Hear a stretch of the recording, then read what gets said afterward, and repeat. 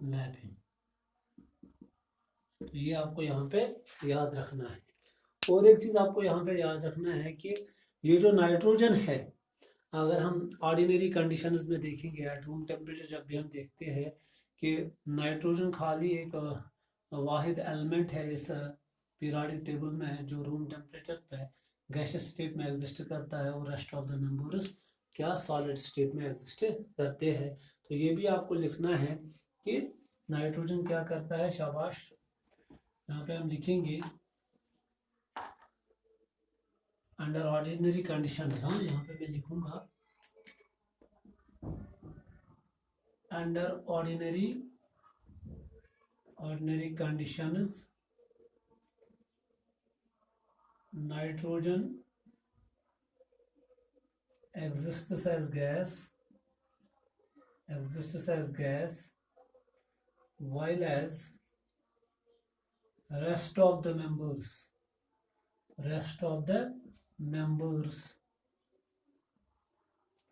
exist in solid form, solid state। ये आपको यहाँ पे याद रखना है जो इम्पोर्टेंट है।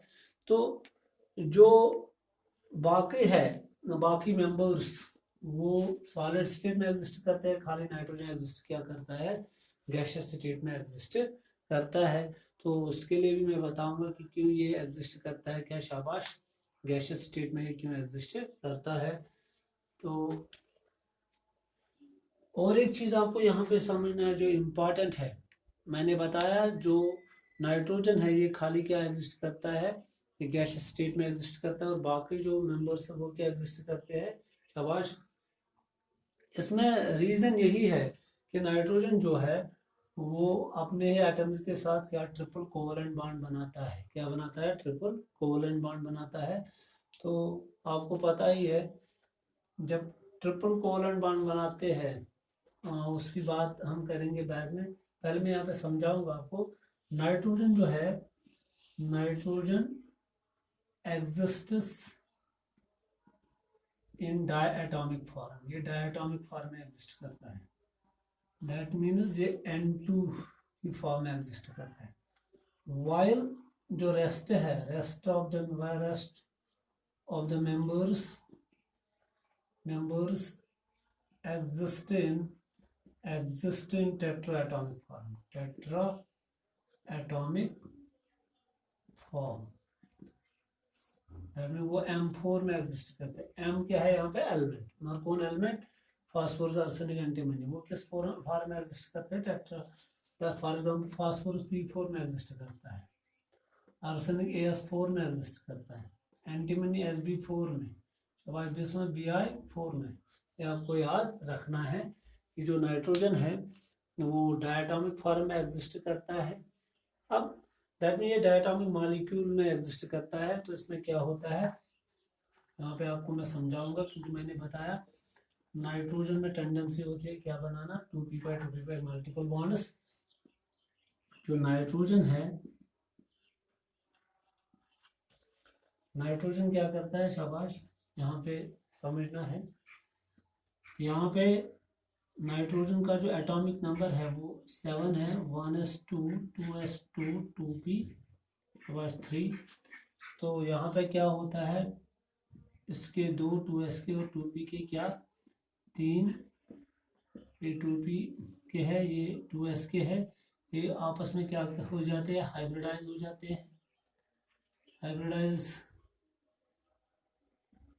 जाते हैं।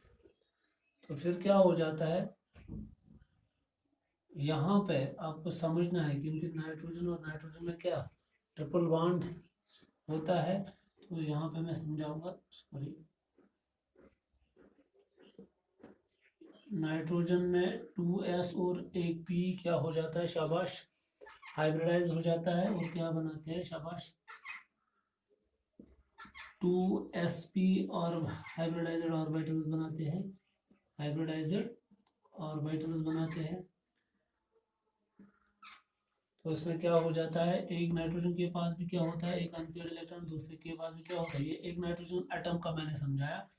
और 2 क्या रह जाते हैं, 2 अनपेयर्ड इलेक्ट्रॉन्स अनहाइब्रिडाइज्ड रह जाते हैं। अनहाइब्रिडाइज्ड ऑर्बिटल्स किसमें टेक पार्ट करते हैं, पाई बॉन्डिंग में।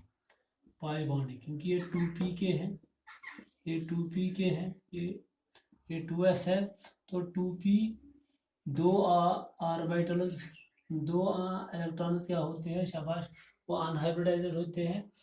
इस एक अनपेयर्ड इलेक्ट्रॉन जो हाइब्रिडाइज्ड होता है एक ऑर्बिटल, ये क्या करता है, ये सिग्मा बॉन्डिंग में टेक पार्ट करता है। सपोज इस तरह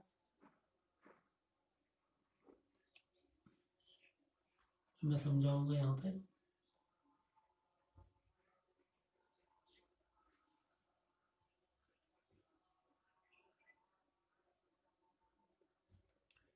थोड़ा सा आपको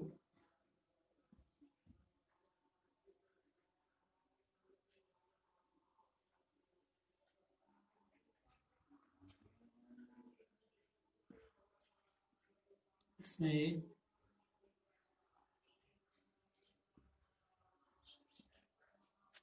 क्योंकि अनहाइब्रिडाइज्ड ऑर्बिटल्स हम ऐसे रिप्रेजेंट करते हैं पूरा।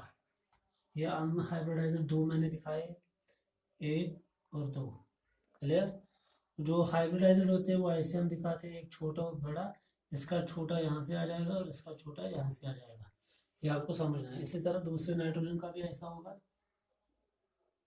वो इसके साथ क्या करेगा, उसका छोटा यहाँ पे और इसका छोटा यहाँ पे, इस तरह ऐसे, फिर सुबह ऐसे ऐसे हो जाता है।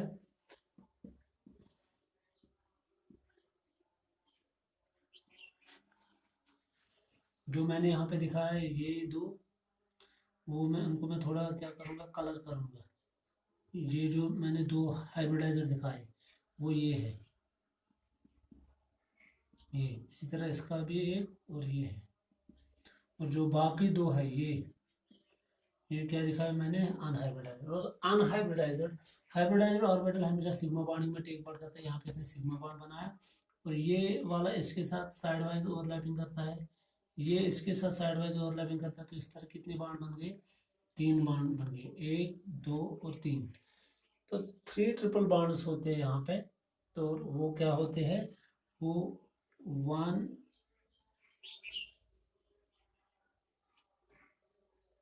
2s ऑर्बिटल्स का होता है, 1 सिग्मा, हम यहाँ पे लिखेंगे 1 सिग्मा बॉन्ड, बॉन्ड कितने का होता है, 2s orbital, 2s hybridised orbital का, क्लियर। और क्या होता है इसमें, शाबाश, सॉरी, 1 सिग्मा बॉन्ड होता है पे, वो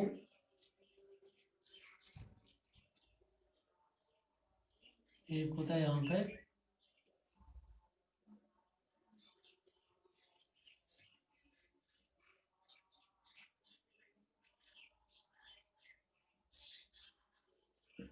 2p,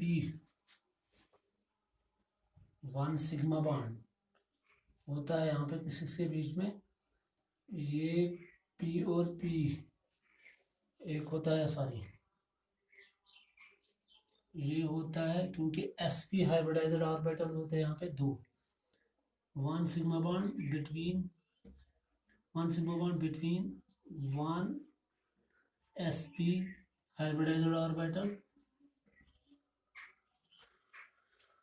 होता है यहाँ पे, और दो पाई बॉन्ड्स होते हैं, 2 पाई बॉन्ड्स होते हैं किस किसके बीच में, शाबाश, 2p अनहाइब्रिडाइज्ड ऑर्बिटल्स के बीच में। ये आपको यहाँ पे याद रखना है। यहाँ पे मैं समझाऊंगा N2 में क्या होता है। इन N2 molecule 1 sigma bond is present between, shabash, between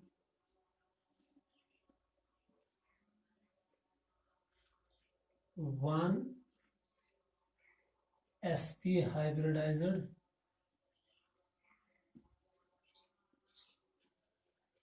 orbital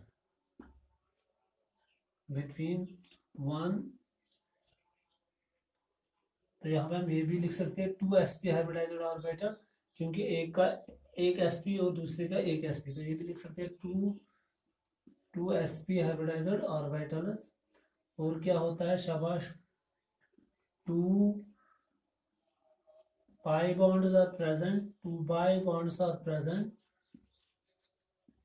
between, शाबाश,